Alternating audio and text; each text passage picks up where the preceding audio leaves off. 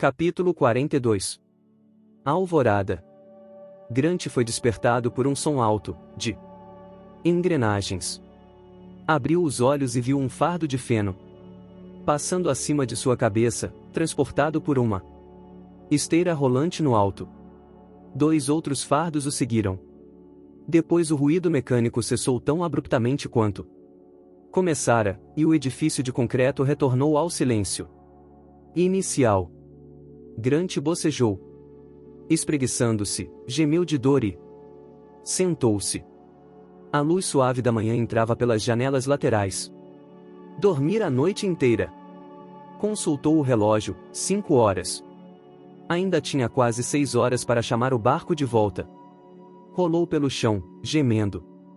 A cabeça e o corpo doíam, como se tivesse levado uma surra.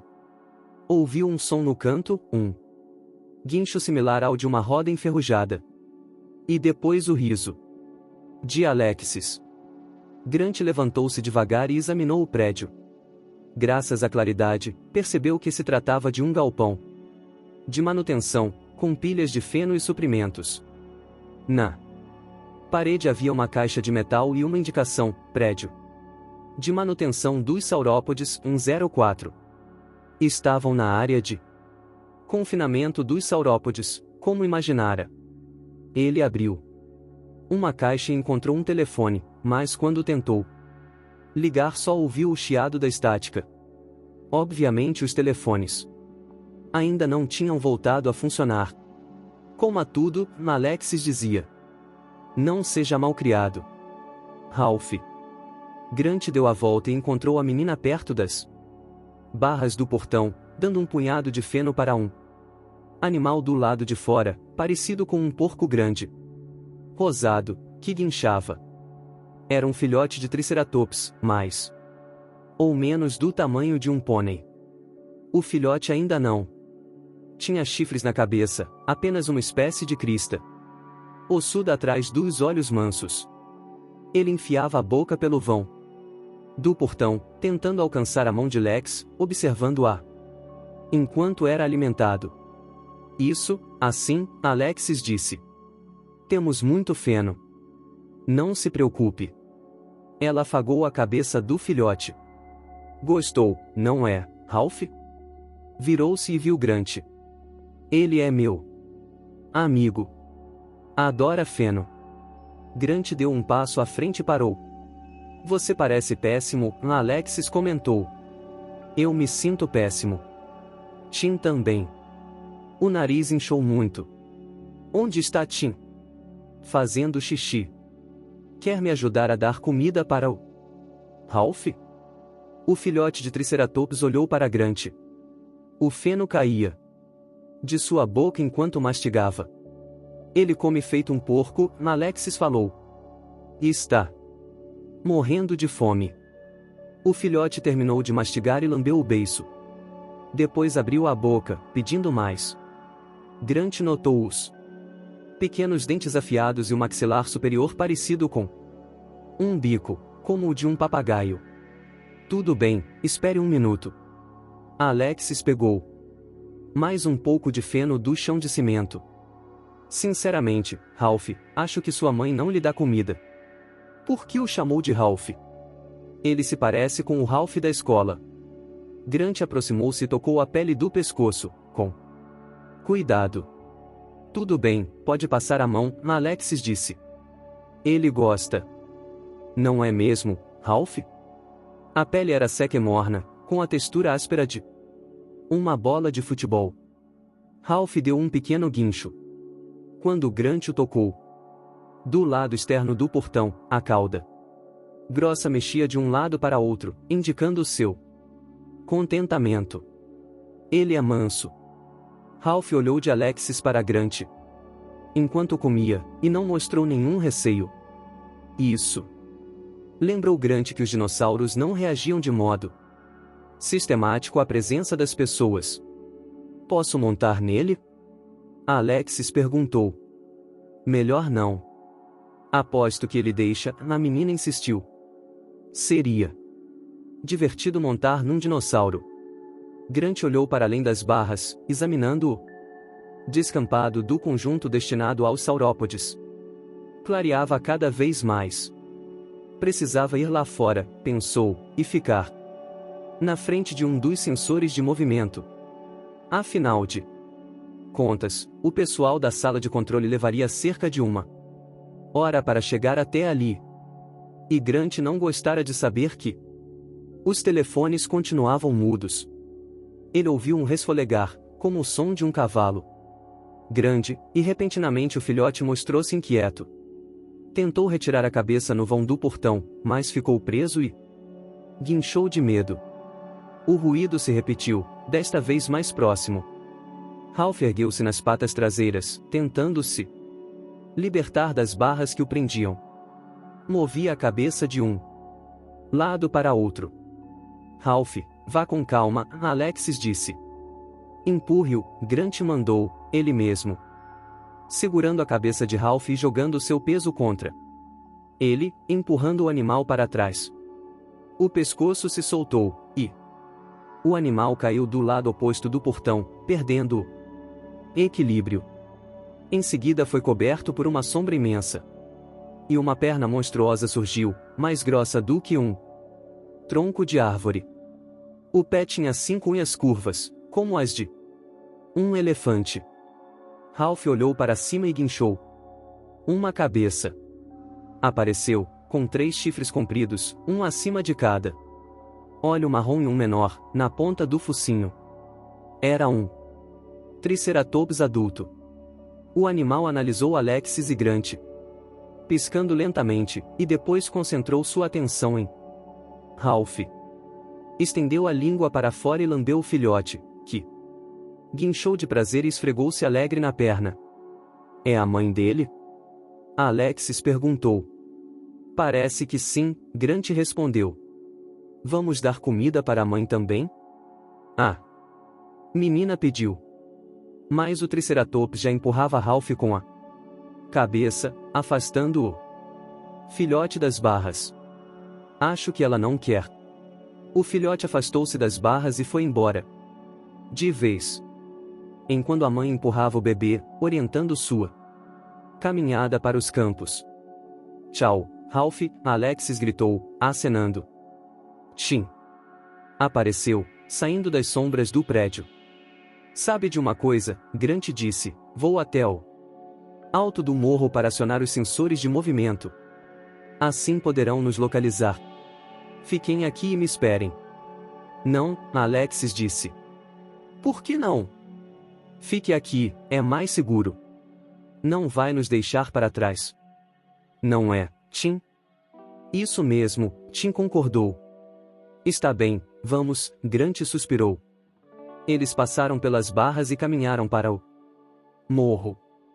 Ao amanhecer, o ar estava úmido e quente, o céu ainda rosado e púrpura. Uma névoa baixa cobria o solo. A uma certa distância, avistaram a mamãe Triceratops e o filhote seguindo na direção de um bando numeroso de hadrossauros de bico de pato, que se alimentavam das folhas das árvores que cresciam na beira da lagoa. Alguns hadrossauros tinham água pelo joelho. Bebiam, baixando as cabeças chatas, vendo seus reflexos na superfície calma. Depois erguiam as cabeças outra vez. Na beirada, um dos filhotes tentou entrar na lagoa, guinchou e recuou enquanto os adultos o observavam indulgentes. Mais ao sul, outros hadrossauros comiam a vegetação rasteira. De vez em quando erguiam-se nas patas traseiras, encostando as dianteiras nos troncos das árvores, para alcançar as folhas dos galhos mais altos. Ao longe, um apatossauro gigantesco mostrava a cabeça acima da linha das árvores, no final do longo pescoço. A cena era tão pacífica que Grant teve dificuldade em imaginar algum perigo. Uau! Alexis exclamou. 2 libélulas vermelhas, gigantes, com asas de 2 metros de envergadura, passaram voando perto deles. O que foi isso? Libélulas, Grant informou. O Jurássico tinha insetos imensos. Elas mordem? A menina quis saber. Não creio. Tim esticou a mão. Uma das libélulas pousou.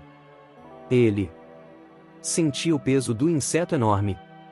Vai ter morder, Alexis avisou. Mas a libélula apenas movia lentamente suas asas vermelhas transparentes, e voou para longe quando Tim mexeu o braço. Por onde vamos? Alexis indagou. Por ali. Eles começaram a atravessar o descampado. Chegaram a uma caixa preta, montada em um tripé de metal pesado. Era o primeiro dos sensores de movimento. Grant parou e ergueu os braços, mas nada aconteceu. Se os telefones não funcionavam, talvez os sensores também não.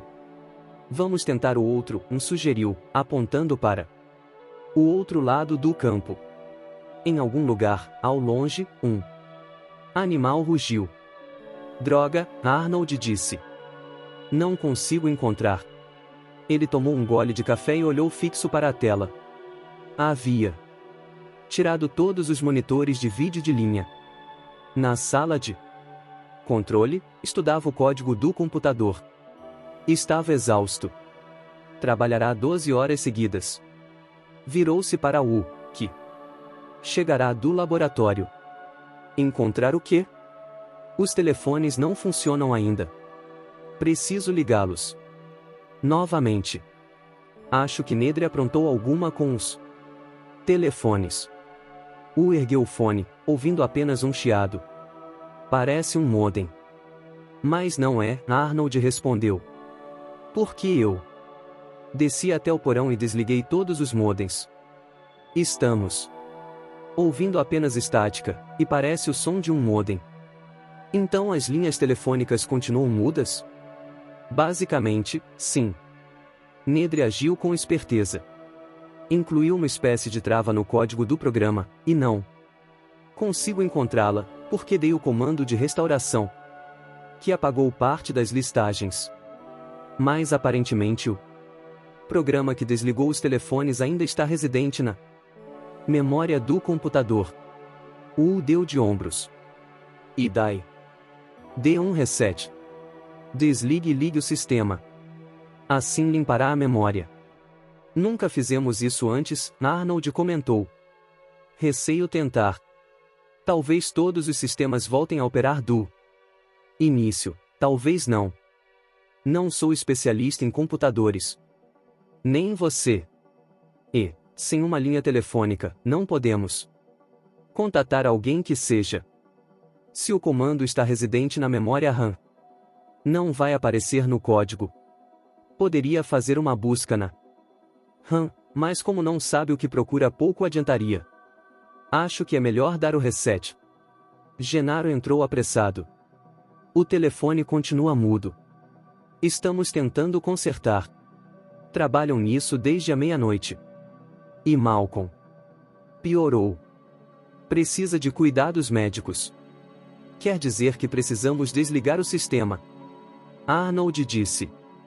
Mas não tenho certeza de que tudo vai voltar a operar depois.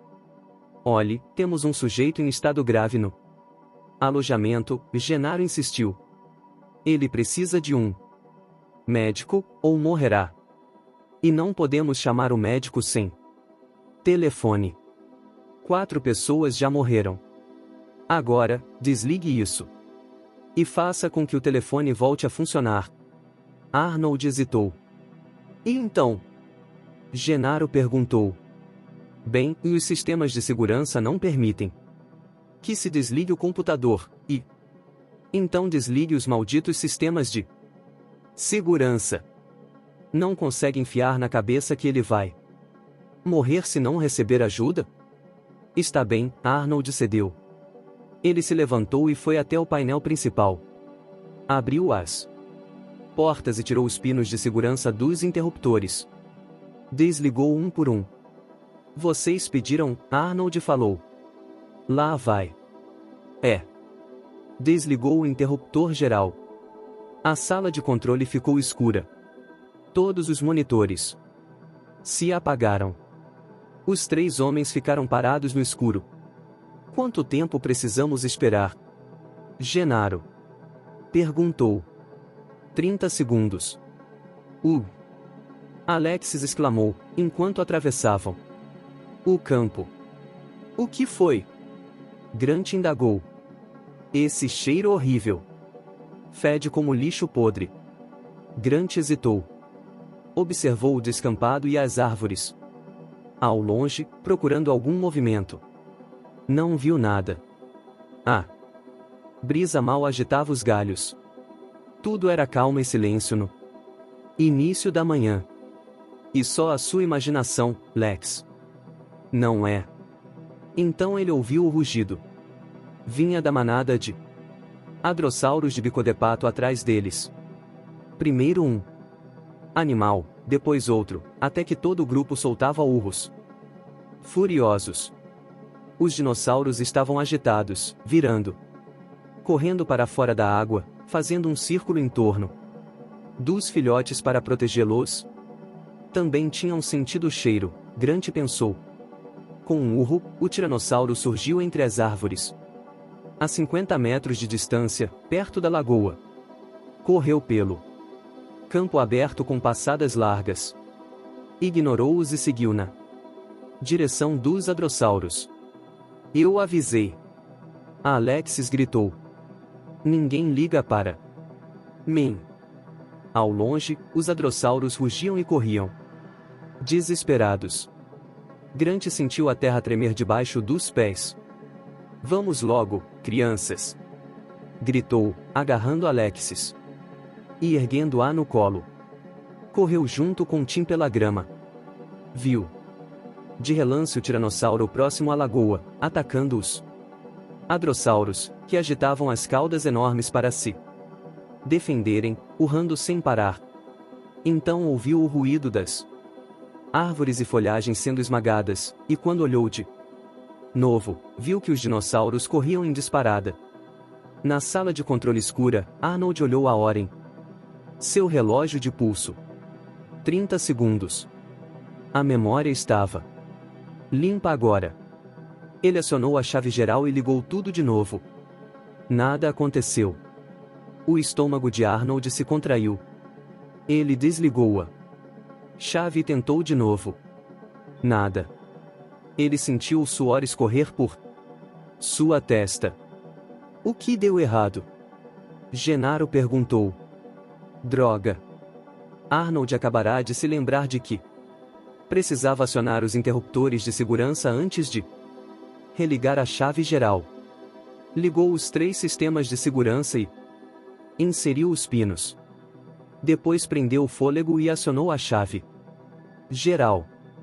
As luzes da sala se acenderam. O computador emitiu um bip. As telas zumbiram. Graças a Deus, Arnold murmurou. Correu para o monitor principal. Havia séries de quadros na tela. Não. Bem, parecem uma hélice de navio maluca. De acordo com Malcolm, o comportamento de qualquer sistema segue o padrão dessa hélice. Está me acompanhando?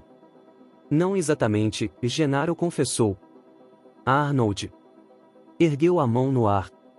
Vamos dizer que eu deixe cair uma gota d'água nas costas da mão. A gota vai escorrer pela mão. Talvez na direção do pulso. Talvez na do polegar, ou por entre os dedos. Não sei bem para onde vai, mas sei que vai escorrer pela superfície da mão. Isso eu posso afirmar. Certo, Gennaro concordou. A teoria do caos trata o comportamento de um sistema complexo como se fosse uma gota d'água se movendo pela superfície da tal hélice complicada.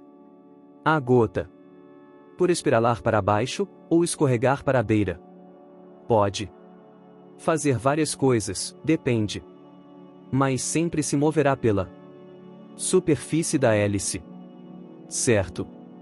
Os modelos de Malcolm tendem a apresentar uma saliência, ou uma inclinação forte, onde a gota ganha muita velocidade. Ele modestamente apelidou essa aceleração do movimento de efeito Malcolm. O sistema inteiro pode entrar em colapso de repente. Foi isso que disse sobre o Parque Jurássico. Que possuía uma instabilidade inerente. Instabilidade inerente, Gennaro repetiu. E o que fizeram quando receberam esse estudo? Discordamos de tudo e o ignoramos, claro. Arnold respondeu. Foi uma decisão sábia? Evidentemente. Estamos tratando de sistemas vivos, afinal de contas. Trata-se da vida real, não de modelos no computador. Sob as poderosas lâmpadas de quartzo, a cabeça esverdeada do Ipsilofodonte pendeu no apoio, a língua para fora, os olhos parados. Cuidado! Cuidado! Ramon gritava, enquanto o guindaste começava a erguer o animal. Arden resmungou algo e apoiou novamente a cabeça nas tiras de couro. Ele não queria impedir a circulação pela artéria carótida. O guindaste rangeu ao erguer o animal no ar, para depositá-lo no caminhão. Oh! Ipsi era um drossauro pequeno, com 2 metros e pouco de comprimento, pesando cerca de 250 quilos. Era verde escuro, com manchas marrons. Respirava com dificuldade, mas parecia passar bem. Arden o atingira há alguns minutos, com a arma de dardos tranquilizantes, e aparentemente acertar a dose correta. Sempre havia um momento de tensão quando se lidava com animais tão grandes. Uma dose insuficiente, e eles fugiriam para a floresta, caindo onde não se poderia alcançá-los. Tranquilizante demais, e eles teriam uma parada cardíaca. Aquele ali pulara para a frente e apagara. Dose perfeita. Cuidado! Vamos com calma! Ramon gritava ao pessoal. Senhor Ramon! Por favor! Arden admoestou. Bem, eles precisam tomar cuidado. Eles estão tomando cuidado, Arden disse. Subindo no caminhão para ajudar a baixar o Ipsi, prendeu as tiras de couro que o imobilizariam no transporte. À toa. Coleira que monitorava os batimentos cardíacos, depois pegou o termômetro eletrônico enorme, do tamanho de uma escumadeira, e o enfiou no reto. O aparelho apitou, indicando 35,6 graus. Gennaro pegou o telefone, mas continuava mudo. Nem o chiado da estática, agora. O que foi? Espere um segundo, Arnold pediu. Depois do reset, todos os módulos do sistema precisam ser acionados manualmente. Apressado, ele voltou ao trabalho. Por que manualmente? Gennaro questionou. Quer me deixar trabalhar sossegado, pelo amor de Deus? O sistema não foi projetado para ser desligado. Wu explicou. Sendo assim, se for desligado, ele assume que há algum problema. Exige que se acione manualmente os módulos. Caso contrário, se houver um curto, ele vai se desligar, ligar, desligar, ligar, interminavelmente. Certo, Arnold disse. Vamos em frente. Gennaro pegou o telefone e começou a discar. Quando parou assustado. Nossa Senhora, olhem só aquilo. Apontou para um dos monitores de vídeo. Mas Arnold não ouvia. Estava olhando fixo para o mapa, onde um grupo numeroso de pontos perto da lagoa começara a se mover de forma coordenada. E muito depressa, numa espécie de estouro. O que há? Gennaro perguntou. Os dinossauros de bico de pato, Arnold disse. Eles estouraram. Os hadrossauros de bico de pato corriam numa velocidade surpreendente, os corpos enormes bem juntos. Urrando, os filhotes guinchando e tentando evitar que fossem pisoteados. A manada levantou uma nuvem de poeira amarela. Grant não conseguia mais ver o tiranossauro. Os bico-de-pato disparavam para cima deles, direto. Ainda carregando Alexis no colo, ele correu junto com Tim para uma elevação rochosa, rodeada de coníferas altas. Correram para valer, sentindo o chão tremendo sob seus pés. O som da manada que se aproximava era ensurdecedor, como o de jatos num aeroporto. Enchia o ar. Agredia os ouvidos. Alexis gritava, mas não dava para escutar o que dizia. Quando chegaram ao topo da elevação, a manada passou por eles. Grant observou quando as patas do primeiro hadrossauro passaram perto deles. Cada animal pesava 5 toneladas, e levantaram tanta poeira que não se via nada. Vislumbrou corpos imensos, pernas gigantescas. Gritos angustiados, enquanto os animais passavam por eles, cruzando o descampado. Eles se esconderam nas pedras, ouvindo os urros e guinchos, seguidos pelo rugir ameaçador do tiranossauro. Alexis enterrou as unhas no ombro de Grant. Um hadrossauro bateu a cauda nas pedras, deixando um rastro de sangue quente. Grant esperou até que os sons de luta se concentrassem na esquerda, e forçou as crianças a subir na árvore mais alta. Treparam depressa, procurando os galhos mais firmes, enquanto os animais passavam por eles na poeira. Chegaram a uns 6 metros, depois Alexis agarrou-se a Grant e não quis mais continuar. Tim estava cansado, também, e Grant imaginou que ali estariam seguros. Era bem alto. No meio da poeira, distinguiam as costas largas dos animais que corriam e urravam. Grant agarrou-se ao tronco áspero, tossiu por causa do pó, fechou os olhos e esperou. Arnold ajustou a câmera para a manada que se movia. A poeira assentou lentamente. Ele viu que os hadrossauros tinham se espalhado, e que o tiranossauro havia parado de correr, o que só podia significar que abatera sua presa. O tiranossauro estava perto da lagoa. Agora. Arnold olhou para o monitor de vídeo. Melhor mandar Muldon lá para checar a extensão dos estragos. Deixe que eu mando, Genaro disse, saindo da sala. Míssil, se estiver ligeiramente instável na plataforma de lançamento, se perde. Inevitavelmente escapa do controle. E não pode ser trazido de volta. Trata-se de uma característica dos sistemas mecânicos. Uma pequena vibração pode piorar até levar o sistema inteiro ao colapso. Mas essas pequenas vibrações são essenciais para os sistemas vivos. Indicam que o sistema é saudável e reage ao meio. Malcolm nunca entendeu isso. Tem certeza de que ele nunca entendeu? Parece ter plena consciência da diferença entre coisas vivas e não vivas. Olhe, Arnold disse. A prova está bem aqui. Ele apontou para as telas.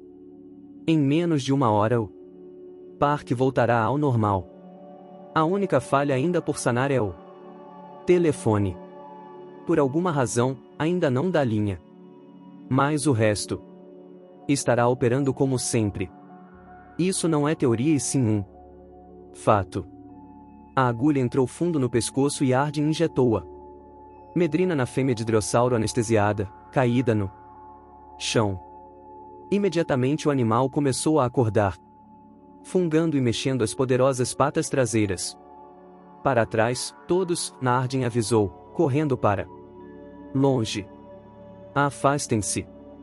O dinossauro ergueu-se vacilante, como um bêbado.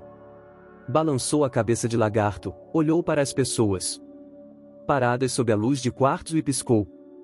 Está tonta, Ramon disse, preocupado. Temporariamente, Nardin esclareceu. Já vai ficar boa. O driossauro tossiu e depois moveu-se lentamente pelo descampado, afastando-se das luzes. Por que não salta? Espere um pouco, Nardin pediu. Levará 1 hora até se recuperar totalmente. Está tudo bem. Ele voltou para o carro. Muito bem, pessoal, vamos cuidar do estego. Muldon observou quando a última estaca foi fincada. No solo. As linhas foram esticadas e a árvore liberada. Ele podia ver as marcas escuras, queimadas, onde a cerca prateada entrará em curto. Na base, vários isoladores de cerâmica haviam quebrado. Precisariam ser substituídos. Mas, para fazer aquilo, Arnold teria de desligar todas as cercas. Controle? Fala Muldoon. Prontos para iniciar. Reparo. Muito bem, Arnold respondeu. Vamos isolar a sua seção agora. Muldoon consultou o relógio. Em algum ponto distante ouviu um pio baixo. Parecia um coruja, mas ele sabia que se tratava de um dilofossauro. Aproximou-se de Ramon e disse: Vamos acabar logo com isso. Quero passar para as outras partes danificadas da cerca. 1 hora havia transcorrido. Donald Gennaro acompanhava as alterações no mapa da sala de controle. Os números e pontos luminosos piscavam e mudavam de posição. O que está acontecendo agora? Arnold trabalhava no console. Estou tentando consertar os telefones. Assim, poderemos pedir socorro para Malcolm. Não, eu digo lá fora. Arnold olhou de relance para o quadro. Pelo jeito já estão terminando de cuidar dos animais e arrumaram 2 seções da cerca. Como eu já disse, o parque voltou ao controle. Nada de efeito Malcolm. Catastrófico. Na verdade, só falta a 3ª seção da cerca. Em curto. Arnold. Era a voz de Muldoon. Sim. Já viu o que aconteceu nesta maldita cerca? Espere 1 minuto. Em um dos monitores, Gennaro viu um espaço aberto, um campo coberto de capim alto, balançando com o vento. Ao longe havia um leito baixo de concreto. Ali fica o prédio de manutenção dos saurópodes. Arnold explicou. Uma das construções de manejo que usamos para guardar equipamento, alimentos e assim por diante. Temos várias espalhadas pelo parque, em cada uma das seções. No monitor, a imagem ficou borrada. Estamos virando a câmera para examinar a cerca? Gennaro viu uma cerca metálica brilhante. Uma parte fora derrubada, achatada no chão. O jipe de Muldoon e o pessoal da manutenção circulavam por perto. Puxa vida, Arnold disse. Parece que o Rex entrou no cercado dos saurópodes. Capítulo 43. O parque. Primeiro ele ouviu um estalo de leve, como de um graveto no fogo da lareira. Depois algo quente e úmido encostou em seu tornozelo. Grant abriu os olhos e viu o topo de uma cabeça bege enorme. Desceu a vista e encontrou uma boca chata, como o bico de um pato. Os olhos, protuberantes, eram mansos e calmos como os de uma vaca. O animal mastigava folhas dos ramos da árvore onde Grant se abrigava. Ele observou os enormes dentes chatos na boca quente que o tocou de novo. Ficou surpreso ao ver um hadrossauro assim tão perto. Mas não sentiu medo. Todas as espécies de hadrossauros de bico de pato eram herbívoros, e aquele agia mesmo como uma vaca. Embora fosse grande, tinha modos calmos e pacatos, não assustando ninguém. Grant ficou no galho onde estava, imóvel, estudando o animal que comia. O motivo para o espanto de Grant estava no sentimento de posse que sentia por aquele animal. Provavelmente tratava-se de um maiasauro, do final do Cretáceo, em Montana. Ao lado de John Horner, Grant fora o primeiro a descrever a espécie. Maiasauros possuíam um bico com curva ascendente nas pontas, o que lhes dava um sorriso permanente na cara. O nome significava lagarto.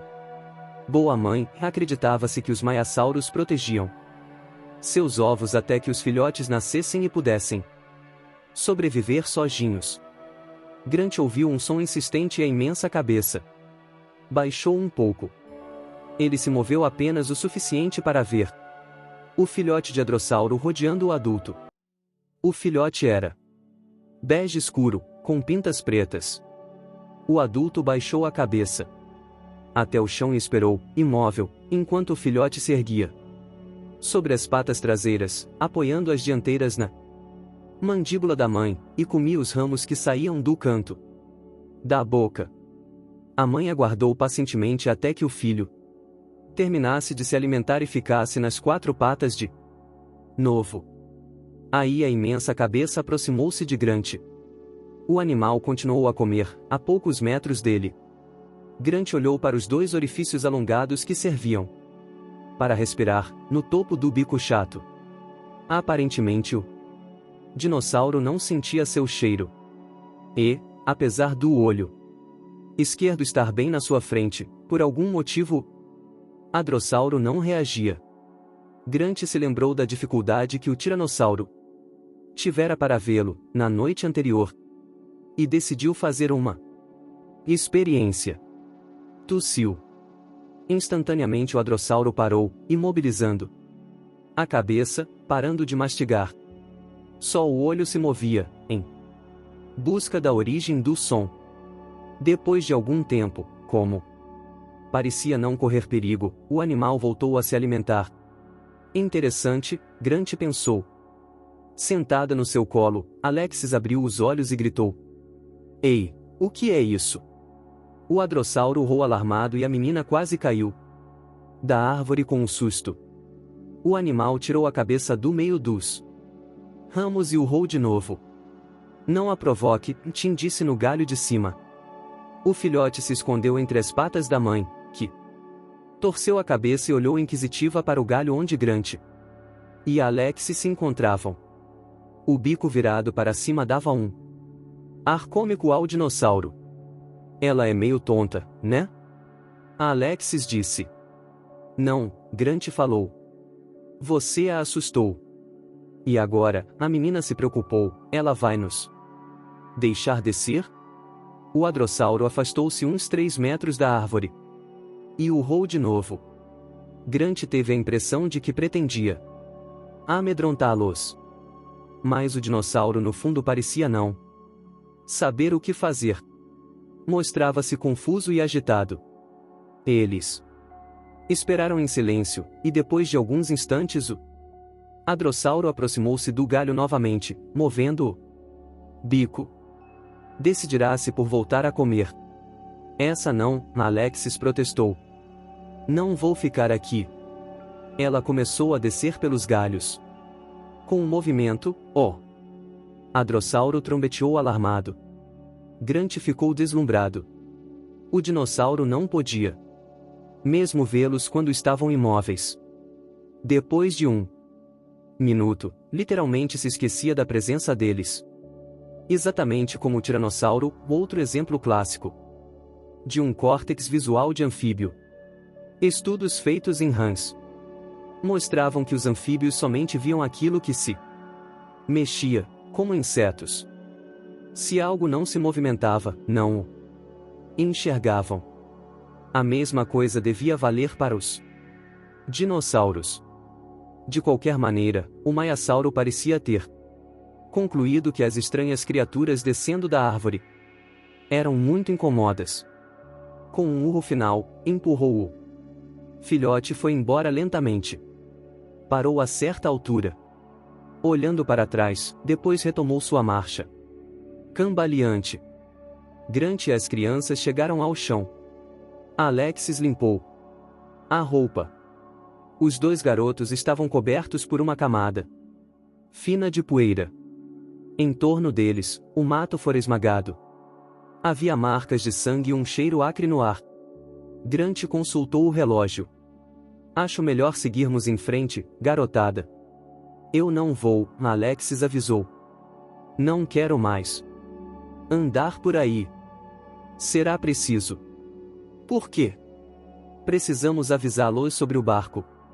"Como não?" "Podem nos achar com os sensores de movimento." "Precisamos voltar por nossa conta." É o único jeito. Por que não vamos no bote? Tim propôs. Que bote? Tim apontou para o prédio de concreto da manutenção, onde haviam passado a noite. Estavam a uns 20 metros de distância dele. Acho que tem um bote lá. Grant imediatamente compreendeu as vantagens da ideia. Passava das 7 da manhã. Se pudessem seguir pelo rio, chegariam mais depressa do que a pé. Precisavam vencer uma distância de 12 quilômetros. Certo, vamos lá, então. Arnold acionou a busca visual e acompanhou os monitores que começavam a percorrer o parque, mudando as imagens a cada 2 segundos. Era cansativo procurar algo assim, mas não havia modo mais rápido de encontrar o Jeep de Nedry, e Muldoon mostrava-se intransigente quanto a isso. Saíra com Gennaro para ver os danos do estouro. Agora, de dia, queria o carro de volta. E as armas. Oh! Intercomunicador estalou. Sr. Arnold, podemos falar um minuto, por favor? Era Ramon. Soava como a voz de Deus. Quer vir até aqui, Sr. Ramon? Não, Sr. Arnold. Venha o senhor para cá. Estou no laboratório de genética, com o Dr. Wu. Arnold suspirou e afastou-se das telas. Grant seguiu para um canto sombrio do prédio. Passou por tambores de herbicida, cortadores de galhos, pneus sobressalentes para o Jeep, rolos de aramado para cercas, sacas de fertilizantes, pilhas de isoladores de cerâmica marrons, latas de óleo vazias, luzes de serviço e cabos. Não vejo nenhum bote. Siga em frente. Sacas de cimento, canos de cobre, tela verde, 2 remos de plástico presos a ganchos na parede. Muito bem, disse. Mas e o bote? Deve estar por aqui, Tim afirmou. Não viu o bote? Não, só calculei que estaria aqui. Grant não encontrou nenhum bote, depois de revirar todo o material espalhado. Mas encontrou um jogo de plantas, enrolado e mofado, guardado no armário de metal, encostado na parede. Ele as abriu no chão, afugentando uma aranha enorme, e estudou-as por um longo tempo. Estou com fome. Espere um pouco, Lex. Havia mapas topográficos detalhados da área principal da ilha, onde se encontravam no momento. De acordo com eles, a lagoa se estreitava, transformando-se no rio que viram antes, que seguia para o norte e passando pelo aviário e a 800 metros do alojamento de visitantes. Ele deu uma olhada nas outras plantas. Como chegar até a lagoa? De acordo com as indicações, deveria haver uma porta nos fundos do prédio. Grant olhou para cima e a encontrou, escondida atrás de uma parede de concreto. A porta era suficientemente grande para dar passagem a um carro. Ao abri-la, depararam com um caminho pavimentado de concreto, que seguia direto para a lagoa. O acesso fora construído abaixo do nível do solo, não podia ser visto de cima. Devia ser outra estrada de serviço. Dava na doca à beira da lagoa. E, no atracadouro, havia um aviso: abrigo para bote. Ei, Tim chamou, olhem só isso. Ele passou uma caixa de metal para Grant. Ao abri-la, Grant encontrou uma pistola de ar comprimido e um cinto de lona com dardos. Havia 6 dardos no total, da grossura de um dedo. Traziam uma etiqueta onde se lia, Moro, 709. Bom trabalho, Tim. Grant jogou o cinto no ombro e guardou a arma na cintura. É uma arma de dardos tranquilizantes? Acho que sim. E quanto ao bote? Alexis perguntou. Fica guardado no atracadouro, Grant respondeu. Eles se dirigiram para o acesso. Grant carregava os remos. Espero que seja um bote grande, a menina falou, porque eu não sei nadar. Não se preocupe. Quem sabe a gente pode pescar, Alexis. Continuou.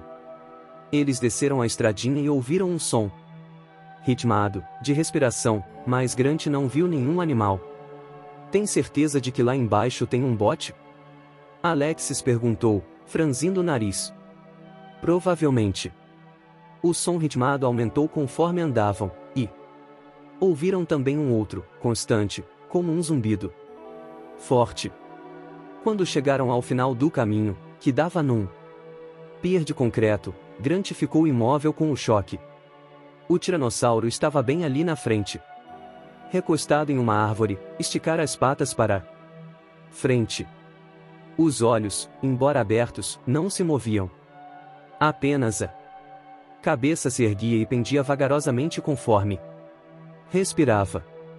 O zumbido vinha do enxame de moscas que o rodeava, pousando na face e boca abertas, nas presas ensanguentadas. Os restos de um hadrossauro jaziam ao lado do tiranossauro. Estavam a menos de 20 metros do T-Rex. Grant tinha certeza de que haviam sido avistados, mas o animal não reagiu. Continuou sentado. Então ele compreendeu, o tiranossauro dormia. Sentado, mas dormia. Fez um sinal para que Tim e Alexis ficassem onde estavam e avançou devagar, na direção do atracadouro, passando na frente do gigantesco animal. O dinossauro continuou dormindo, roncando baixo. Perto da beirada da doca, um abrigo pintado de verde para se confundir com a vegetação estava destrancado. Grant abriu a porta e olhou lá dentro. Viu meia dúzia de coletes salva-vidas cor de laranja, vários rolos de cerca de arame, um rolo de corda e 2 cubos de borracha imensos no chão. Os cubos estavam atados com cintas de borracha. Botes.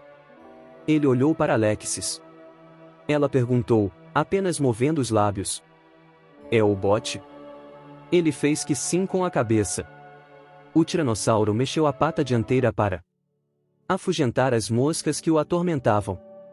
Mas não se levantou. Grant puxou um dos cubos para fora do abrigo. Era pesado. Soltou as amarras, encontrando um cilindro de ar comprimido. Com um silvo alto, a borracha começou a se expandir, e depois, com um estalo, tomou forma. O barulho era um perigo. Grant virou, olhando para o tiranossauro. O tiranossauro grunhiu e roncou. Começou a se mexer. Grant se preparou para correr, mas o animal acomodou seu corpo imenso e continuou encostado no tronco da árvore, arrotando. Alexis fez cara de nojo, abanando a mão na frente do rosto. Grant suava em bicas, de tanta tensão. Arrastou o bote de borracha pelo pier. Atirou-o na água, de novo, fazendo barulho. O dinossauro continuou a dormir. Grant amarrou o bote no atracadouro e voltou ao abrigo para pegar 2 salva-vidas. Colocou-os no bote, e acenou para as crianças, ordenando que descessem. Pálida de medo, Alexis fez um sinal, não. Ele gesticulou, sim. O tiranossauro dormia. Grant repetiu o gesto. Alexis desceu em silêncio. Seguida por Tim. As 2 crianças entraram na embarcação e vestiram os coletes salva-vidas. Grant entrou também e o empurrou. Vagarosamente, distanciaram-se da margem da lagoa. Grant pegou os remos e os encaixou no suporte. Afastaram-se mais do pier. Alexis, sentada, suspirou de alívio. Depois pareceu inquieta, e levou a mão à boca. Seu corpo foi sacudido por espasmos e ela emitiu um ruído surdo. Tentava suprimir um acesso de tosse. Ela sempre tossia na hora errada. Lex, Tim murmurou furioso, olhando para a margem. Ela balançou a cabeça desesperada. O menino sabia que a irmã sentia Uma coceira na garganta. Só precisava de um gole de água. Grant remava e Tim debruçou-se na borda do bote, pegando água na lagoa. Estendeu as mãos em concha para a menina. Alexis tossiu alto, explosivamente. Para Tim, o som ecoou pela superfície da água como um tiro. O tiranossauro bocejou preguiçoso, cocando a orelha com a perna traseira, como se fosse um cachorro. E bocejou novamente. Estava grogue depois do banquete, e acordava devagar. No bote, Alexis fazia sons guturais. Lex, cale a boca. Tim ordenou. Não consigo, ela disse, e tossiu de novo.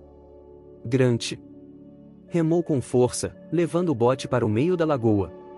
Na beirada, o tiranossauro se levantou. Não deu para segurar, Tim, Alexis gritou. Desesperada. Não deu. Quieta. Grant remava o mais rápido que conseguia. De qualquer maneira, não faz mal. Estamos bem. Longe agora. Ele não sabe nadar. Claro que ele sabe nadar, sua idiota. Tim gritou. Na margem, o tiranossauro pulou do pier para a água. Seguiu vigorosamente na direção do bote. Bem, como é que eu ia adivinhar? Alexis disse. Todo mundo sabe que os dinossauros podem nadar. Está em qualquer livro. Todos os répteis nadam. Menos as cobras. Claro que as cobras nadam, sua cretina. Calma. Segurem-se bem. Grant observava o modo como o tiranossauro avançava. Com água na altura do peito, mantinha a cabeça acima da superfície. Grant percebeu que o animal estava na verdade andando, porque a parte superior da cabeça, olhos e narinas, projetava-se acima da linha d'água. Depois ficou parecido com um crocodilo, nadando como um, balançando a cauda de um lado para outro, agitando a água. Atrás da cabeça, Grant ocasionalmente via parte das costas e da cauda, quando saíam da água. Exatamente como um crocodilo, pensou desanimado. O maior crocodilo do mundo. Sinto muito, Dr. Grant, eu não queria acordá-lo. Grant olhou por cima do ombro. A lagoa tinha mais de 100 metros de largura naquele ponto, e estavam quase no centro. Se continuasse, chegariam no raso de novo. Oh! Tiranossauro poderia caminhar outra vez, e se moveria mais depressa. Grant virou o barco e começou a remar para o norte. O que está fazendo? O tiranossauro encontrava-se a poucos metros. Grant ouvia sua respiração agitada. Olhando para os remos em sua mão, feitos de plástico, concluiu que seriam inúteis como defesa. O tiranossauro jogou a cabeça para trás e abriu a boca, mostrando os dentes afiados, e depois, com um espasmo muscular, pulou na direção do bote, quase acertando a borda emborrachada, a cabeça enorme batendo na água e fazendo com que a embarcação balançasse. O tiranossauro mergulhou, soltando bolhas. A lagoa ficou calma. Alexis agarrou-se na borda com as duas mãos e olhou para trás. Ele se afogou. Não, Grant disse. Ele viu as bolhas e depois um leve tremor na superfície, aproximando-se do barco. Segurem-se! Gritou, quando a cabeça ergueu-se debaixo do bote, jogando-o para cima, fazendo com que girassem alucinadamente antes de bater novamente na água. Faça alguma coisa, Alexis berrou. Grant pegou a pistola de ar comprimido. Parecia tão pequena em suas mãos, mas havia uma chance de acertar o animal em um ponto sensível, no olho ou no focinho. O tiranossauro pôs a cabeça para fora, ao lado do barco, e abriu a boca, rugindo. Grant apontou e atirou. Oh! Dardo brilhou ao sol e acertou na cara do bicho. Oh! Tiranossauro mexeu a cabeça e rugiu outra vez. De repente, eles ouviram outro urro, em resposta, ecoando sobre a água. Olhando para trás, Grant viu o tiranossauro menor na beirada, parado junto ao saurópode morto, reivindicando a posse da presa. O jovem T-Rex arrancou um naco de carne da carcaça, depois levantou a cabeça e rugiu. O Rex na água viu tudo, e sua reação foi instantânea, voltou para proteger sua presa, nadando ágil em direção à margem. Ele está indo embora! Alexis gritou, batendo palmas. Está indo embora! Ah! Dinossauro estúpido! Na beirada, o jovem tiranossauro rugia desafiador. Enfurecido, o Rex maior saiu do lago a toda velocidade, pingando água pelo corpanzil enquanto corria para a elevação atrás do pier. O mais jovem baixou a cabeça e fugiu, a boca ainda cheia de carne ensanguentada. O tiranossauro grande o perseguiu, passando pelo saurópode morto, desaparecendo no mato. Eles finalmente ouviram um ameaçador urro final, e o bote seguiu para o norte, passando por uma curva da lagoa e entrando no rio. Exausto de tanto remar, Grant desabou no fundo do barco, o peito dolorido pelo esforço. Estava sem fôlego. Ficou ofegante, deitado. Está passando bem, Dr. Grant? A Alexis perguntou. Daqui para frente, vocês vão me obedecer? Claro, ela suspirou, como se ele estivesse fazendo a exigência mais descabida deste mundo. É. Mergulhou a mão na água por algum tempo. Você parou de remar. Estou cansado, Grant disse. E por que ainda estamos avançando? Grant sentou-se. Ela tinha razão. O barco seguia firme para o norte. Deve ser a correnteza. A corrente os levava para o norte, na direção do hotel. Ele olhou para o relógio e se surpreendeu ao descobrir que passavam 15 minutos das 7. Apenas 15 minutos, desde que consultara o relógio pela última vez. Pareceram 2 horas. Grant encostou na murada de borracha, fechou os olhos e dormiu.